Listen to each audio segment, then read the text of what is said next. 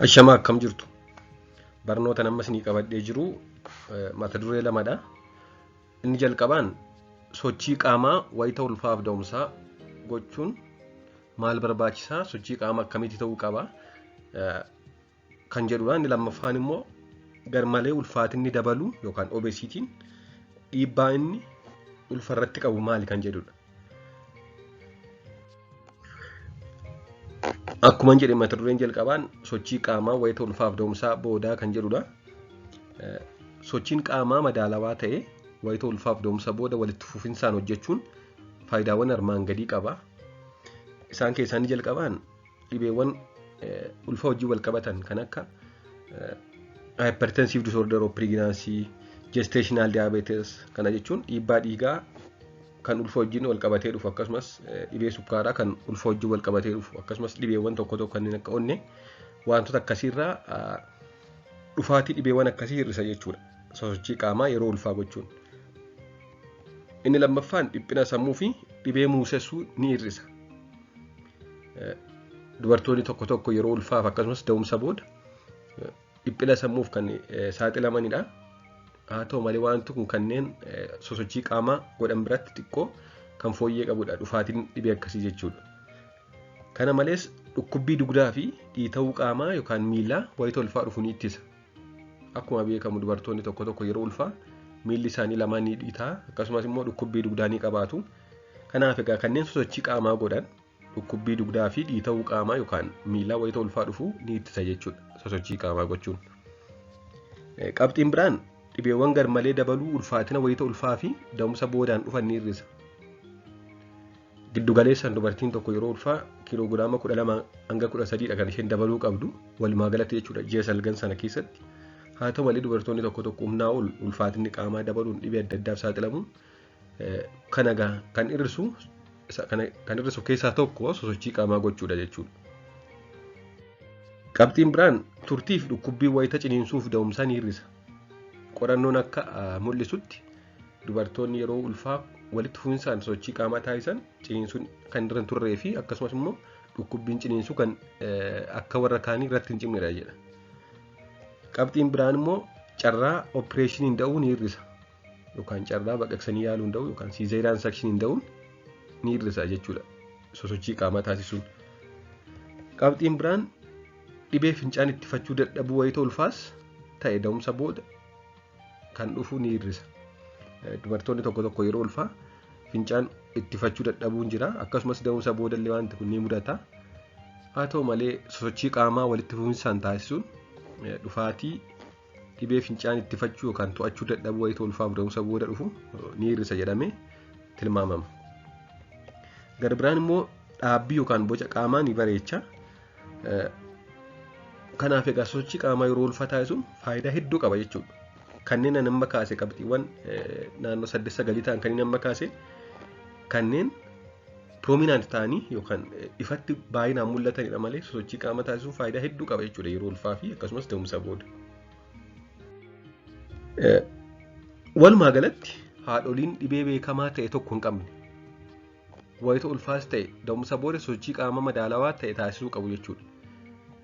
Haadholiin dhibee beekamaa tokko hin qabne ulfa dura jechuun koo fakkeenyaaf duraan dhibee onnee qabaatiin dhibee sosochii qaamaa akka isaan hin goone hin qabaatiin malee haadholiin dhibee beekamaa ta'e ulfa dura hin qabne wayita ulfaa sosochii qaamaa madaalawaa ta'e kan akka sussukuu, deemsa salphaa, bishaan daakuu, saayikilii oofuu, shubbisa sasalphaa akkasumas immoo diriirsuu fi kottoonfachiisuu buusaalee fi maashaalee turtii daqiiqaa 30f yoo xiqqaate 7 guyyaa 5 hanga guyyaa 7 gochuun barbaachisaadha jechuudha.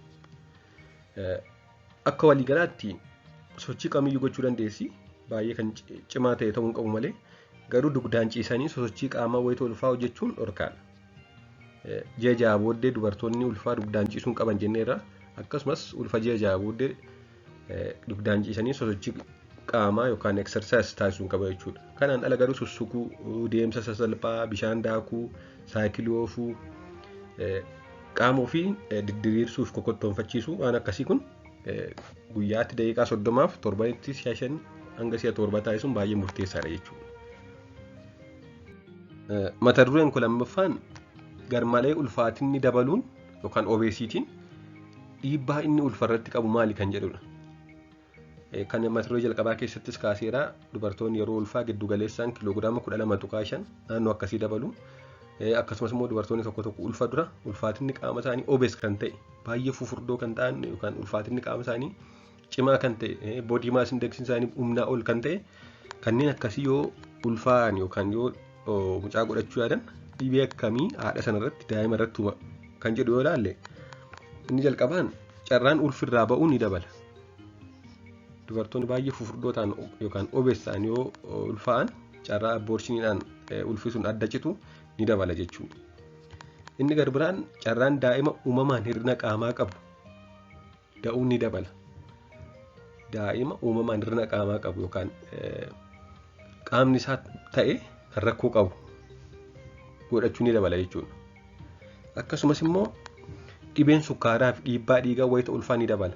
Akkuma sila jenne hypertensive disorder of pregnancy, gestational diabetes duraan nagaama turanii yeroo ulfaa qofa dhiibbaa dhiigaa kan godhatan dhibee sukkaaraa kan godhatan kanneen kaan caala kanneen baay'ee obes ta'an biratti kanneen baay'ee fufurdoo ta'an biratti ni dabala jechuudha wanti kun. Inni kaan ulfaatinni daa'imaa garmalee irratti kan dabaluu danda'a. Low birth weight yookaan maakiroosomiyaa ta'uu danda'a jechuudha. Yookaan ulfaatinni qaama mucaa kiiloogiraama 2.5 gadi ta'a yeroo dhalatu yookaan immoo kiiloogiraama 4 ol ta'a. Kanaafuu ulfaatinni hamaan yeroo daa'ima garaatti baatanii godhachuun rakkoo cimaa fiduu danda'a jechuudha. Inni garbiraan miidhamuun daa'imaa gadameessa keessatti ni dabala. Gadama keessatti miidhamee stillbirth yeroo dhalatu lubbuun jiraachuu dhabuuyyuu waan akkasii mudachuu danda'a jechuudha. Akkasumas ciniinsuu fi da'umsi irra turuu waan danda'uuf carraan haati sun opereeshiniin da'uu ni dabala. Akkuma sila jennee kanneen exercise godhan kanneen ulfaatinni qaama isaanii madaalawaa ta'e ciniinsuun irra turuu dhukkubbiin irra turuu akkasumas immoo carraa isaan opereeshinii da'uu ni irrata jenneerra.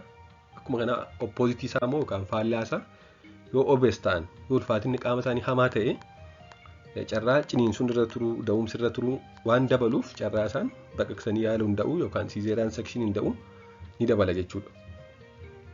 Inni garbiraan dhibeewwan wayita opereeshinii booda dhufan ni dabala. Kun egaa akka waliigalaatti kanneen kaan wajjin yeroo ilaaluudha. Dubartoonni obes ta'an yeroo da'anii booda yoo tarii opereeshiniidhaan da'an ta'e yoo istiijiidhaan da'an ta'e carraa bakki baqaqsanii yaaluudhaan da'an sun infekshinii godhachuu madaan sun wal qabachuu dhiisuu qooruu dhiisuu fayyuu dhiisuu ni dabala jechuudha warra akkasii biratti warra obes ta'an biratti jechuudha. Akkasumas kanaafuu shamarran yookaan haadholiin osoo hin ulfaa'in ulfaatinni isaanii giddugaleessa godhachuu barbaachisaadha. Ulfaatinni qaamaa kan yeroo ulfaa qofa dabalu osoo hin ta'in osoo hin ulfaa'in durallee osoo daa'imni garaatti nafiin durallee ulfaatinni qaama isaanii madaalawaa kan ta'e yookaan giddugaleessa kan ta'e akka ta'u taasisuu qabu jechuudha. Walumaa galatti ulfaatinni garmalee hir'isuu fi dabaluun haadha irrattis ta'e daa'ima uumama jiru irratti dhibee fiduu danda'a. Ulfaatinni garmalee dabaluu dhibee kana qaba. Akkasumas ulfaatina qaamaa gad bu'aa qabaachuunis immoo dhiibbaa mataasaa qaba. Kanaafuu walumaa galatti ulfaatina garmalee hir'isuu fi dabaluun haadha irrattis ta'e daa'ima irratti dhiibbaa fiduu qaba jechuudha. Akka waliigalaatti kanadha kan isin qabadhee jiru. Subscribe gochuun chaanelii kana hordofaa jirtaniif hedduu galatoomaa turtii gaarii.